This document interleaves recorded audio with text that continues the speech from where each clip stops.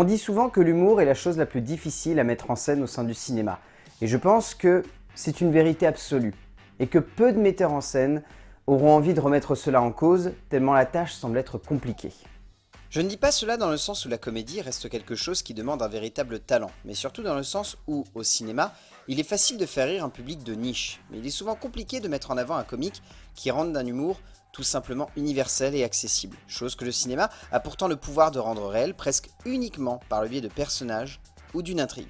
Que ce soit chez les Américains, où l'humour vient souvent d'une situation loufoque et complètement déjantée, amenant justement cet humour comme une dynamique, que ce soit chez les Anglais, où les personnages deviennent la base d'un humour qui vient tout simplement de l'ambiance qui se dégage d'un groupe, ou que ce soit chez nous en France, où l'on a souvent tendance à jouer avec un humour très littéraire et complètement verbal, donnant lieu à une comédie de situation où ce sont les rapports entre les personnages qui donnent lieu à une forme de comédie folle, mais ludique. L'humour prend donc de nombreuses et talentueuses formes. Un cinéaste est un petit peu à cette image. Le genre à ne pas vouloir jouer sur un seul tableau, cherchant à tous les conquérir pour y amener une comédie qui sorte réellement du lot. Un cinéaste qui fut durant un bon moment catalogué dans la même case qu'un certain Adam McKay, dans un autre registre mais dans ce même carcan comique où l'on bloque les metteurs en scène qui veulent amener un humour dans un retranchement. On sent que chez lui, l'humour ne part jamais comme quelque chose d'évident, comme quelque chose de forcément poilant, bien au contraire. Chez lui, l'humour se doit avant tout d'être un objet entraînant et fascinant qui tourne autour d'un ou plusieurs personnages, mais surtout d'une situation qui n'a rien de drôle et qui le deviendra par la découverte des événements. Todd Phillips est un metteur en scène qui aime jouer avec l'idée que l'on se fait d'une comédie pour ensuite y amener l'élément comique essentiel au plaisir du spectateur. Et c'est de là que vient l'essence même de son humour. Un humour qui touche tout le monde et qui est particulièrement entraînant et prenant presque uniquement par le biais de sa forme.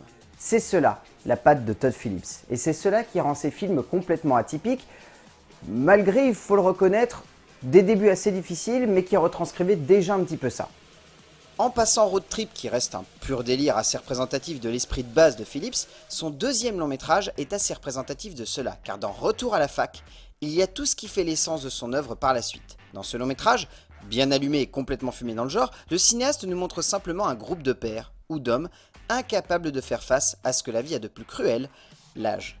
L'âge d'être adulte, d'être mature, de prendre du recul et de se dire que la vie n'est pas forcément toujours à la hauteur de ce que l'on avait envie d'y voir, d'y comprendre ou de simplement y faire. Et l'âge, dans ce que celui-ci a de plus important, grandir. Ces personnages en sont incapables, mais ce n'est pas pour autant qu'ils sont détestables, bien au contraire. C'est dans cet aspect-là de la mise en scène que Phillips excelle ici. Et il le prouve en étant complètement dans le ton, et en amenant justement ces personnages à devoir faire face à cela, tout en comprenant ce qu'ils ont vécu avant. C'était cela de la vie, et non ce que le présent leur offre, ce qui se retrouvera fortement par la suite dans son œuvre et dans son travail de cinéaste. Ainsi, Todd Phillips voit au sein de la comédie pas uniquement un bon moyen de rire, mais également un moyen de réfléchir sur soi et sur ce que l'on représente au sein de la société. L'individu au centre du rire, mais surtout d'une remise en cause nécessaire en tant que personnage de sa propre vie.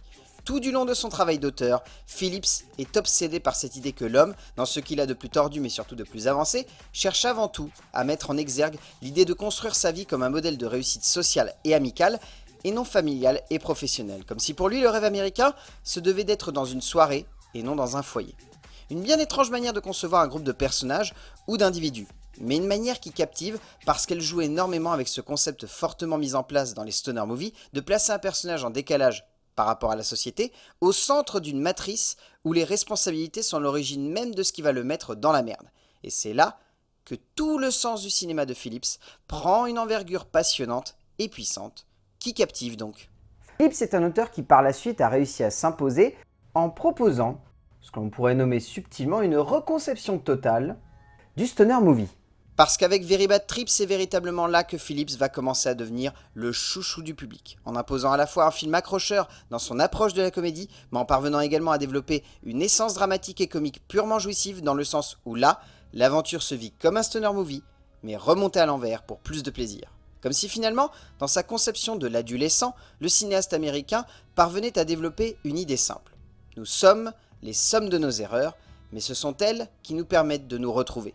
Des retrouvailles qui prennent la forme d'un tigre dans une voiture, d'une grosse mandale bonnée par Mike Dyson, mais surtout une mandale qui prend la forme d'une remise en question simple et qui donne lieu à une comédie complètement délirante qui aurait dû ne prendre la forme que d'un seul film, mais qui démontre surtout un besoin chez Phillips de montrer qu'à force d'en faire trop, l'américain moyen finit par devenir sa propre caricature qu'il n'assume absolument jamais. Une caricature qui pourrait presque en un sens se rapprocher de la conception du rêve américain que nous proposait Michael Bay au sein de ses films. Pas aussi jusqu'au boutiste, mais dans l'idée, c'est un petit peu ça. Parce que dans le cinéma de Phillips, il y a de l'Amérique. Une Amérique loin d'être subtile, loin d'être fine, loin d'être intelligente, mais surtout, loin d'être en accord avec cette idée de base que nous offre le cinéma la plupart du temps, cette idée que l'Américain moyen est avant tout un être qui va absolument s'éclater et du coup, qui ne prend pas conscience de sa situation en tant qu'homme, en tant que père et en tant qu'ami aussi. L'amitié, un sujet très récurrent au centre des films de Phillips, puisqu'elle est souvent la base du conflit opposant deux personnages, et construisant cette idée même qu'avant de s'opposer, l'Américain moyen se voile la face par le biais de son amitié, et de cette idée que l'on vit par le biais de ses amis, par le biais de l'image que l'on renvoie, et donc par le biais de ce que notre passé a fait de nous, tout simplement.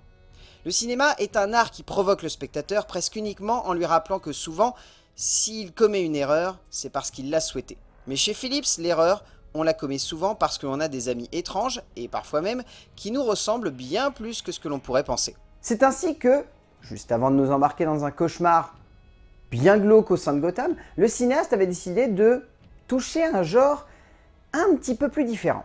C'est ainsi que Phillips décida de nous embarquer dans une histoire vraie complètement fumée, celle de deux mecs, incapables de grandir, incapables de comprendre la réalité du monde, mais surtout incapables de comprendre la dure réalité de cette idée que la guerre n'est pas juste un marché d'armes, mais avant tout un marché d'âmes, la sienne comme celle des soldats qui portent un M16. Dans cela, Phillips proposait une lecture assez cynique et glauque de la comédie, mais surtout cette idée que si l'on a envie d'exploser les codes de la comédie, il faut le faire en embrassant d'abord la base même de celle-ci. Ce que Phillips, en réunissant toutes ces thématiques, réussit. L'idée de garder son esprit d'adolescent, de créer une catharsis autour d'un retournement important et d'amener surtout l'amitié comme le centre nerveux de la détérioration d'un être humain. Et c'est tout cela réuni qui donne lieu à une œuvre assez fumée, assez imparfaite, mais prometteuse en termes de profondeur et de jeu sur le ton d'une comédie et d'une satire.